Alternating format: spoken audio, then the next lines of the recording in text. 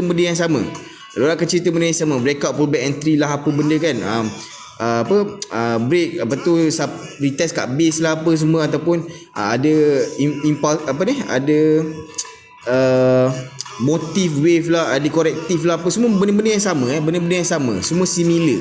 Okay, semua similar. You pernah dengar apa Quasimodo level QM, you pernah dengar head and shoulder, HNS dan sebagainya. Ini you akan belajar apa yang berlaku di belakang di belakang QM tu you akan belajar malam ni. Okay, you akan belajar. Selalu you tengok bentuk je kan, tapi malam ni you belajar kenapa bentuk dia macam tu. Okay, boleh.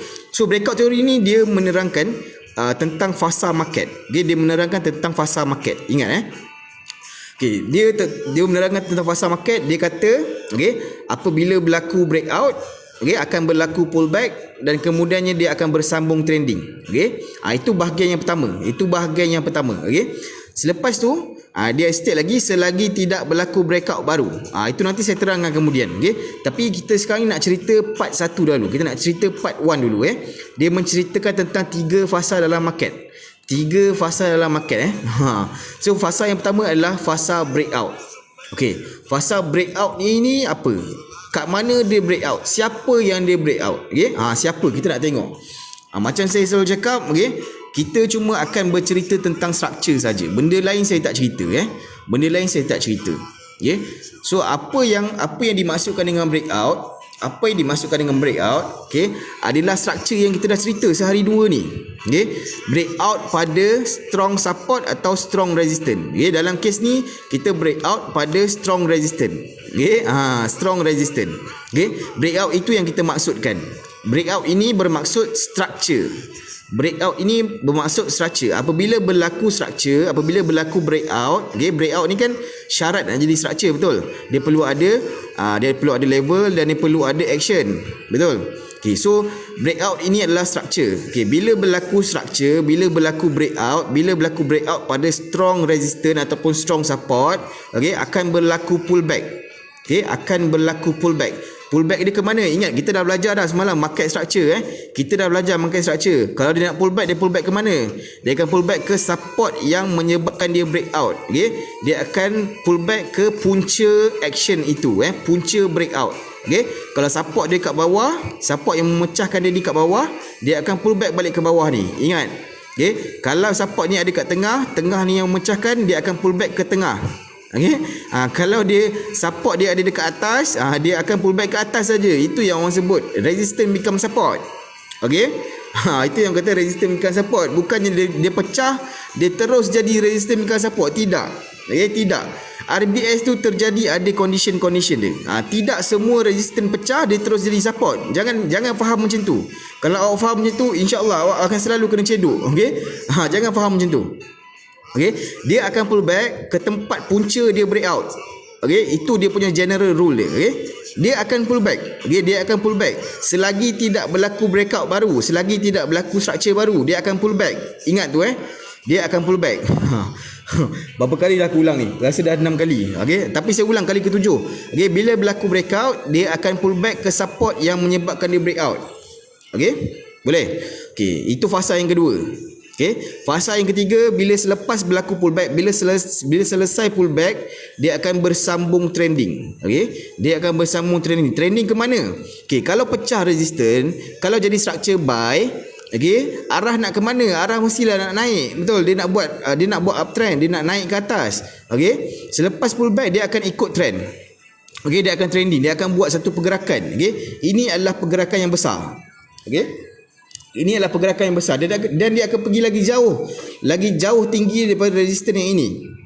Faham tak? So siapa-siapa yang belajar tentang breakout theory, dia tahu dia tak boleh sell dekat sini, dia tak boleh sell dekat sini. Faham?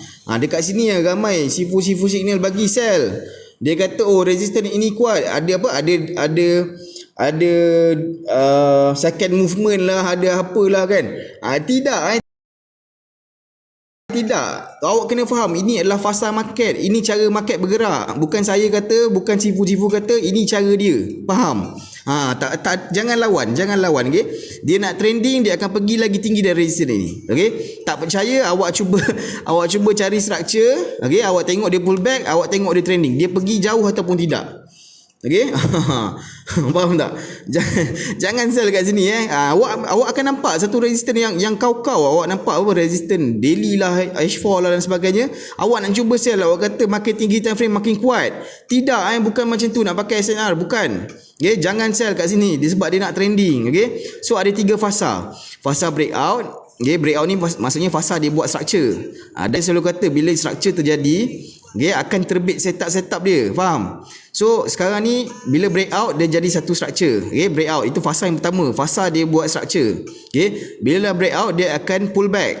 Okay, dia akan pull back. So kena jelas. Bila berlaku breakout resistance, yes dia nak naik, tapi kena ingat dia akan buat fasa pullback. Dia akan buat anytime. Faham tak? Anytime dia boleh pump jatuh.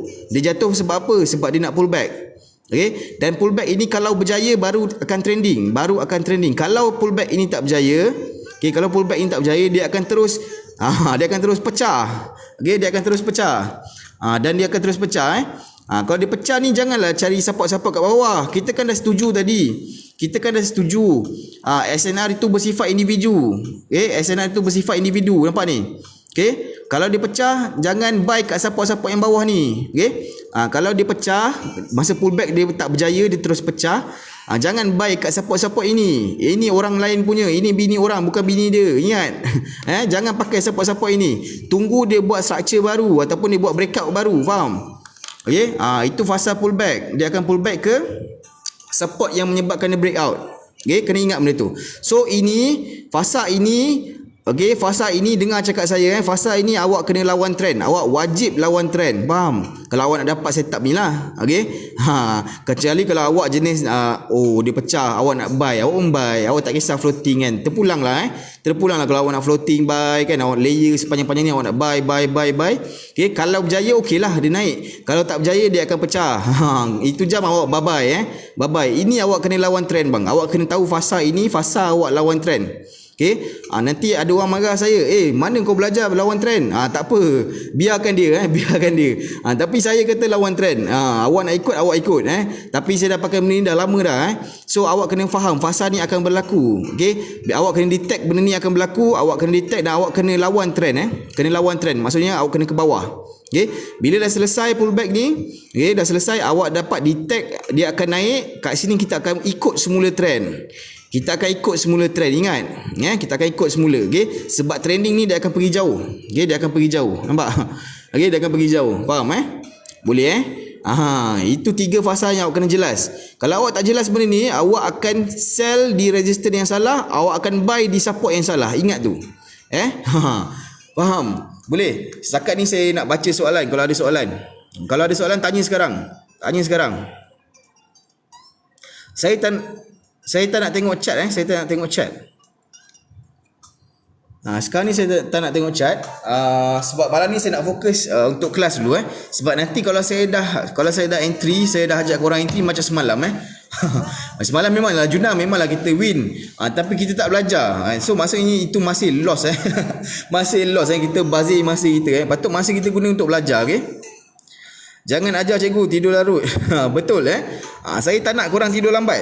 Faham? Saya tak nak korang tidur lambat. Esok korang nak pergi kerja. Saya tak apa, saya pengganggu. Saya pengganggu. Korang ni orang-orang yang bekerja, bos-bos besar, korang tak boleh mengantuk. Okey, esok pergi kerja korang ada ramai staff-staff bawah korang tak boleh mengantuk. Okey?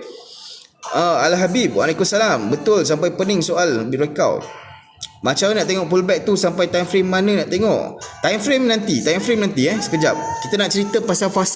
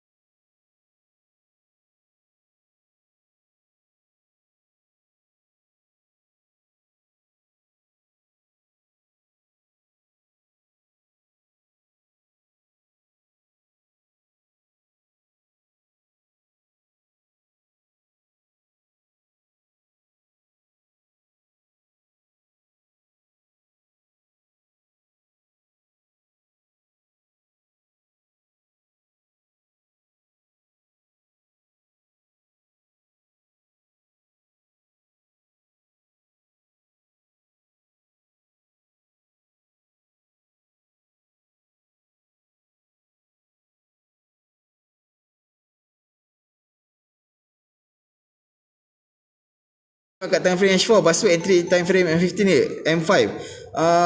Nanti. Sekejap lagi kita tengok pasal multi time frame, okey. Saya tak boleh sebut ya ataupun tidak. Saya kena bagi korang 100%. Maksudnya A sampai Z saya kena terangkan, baru saya boleh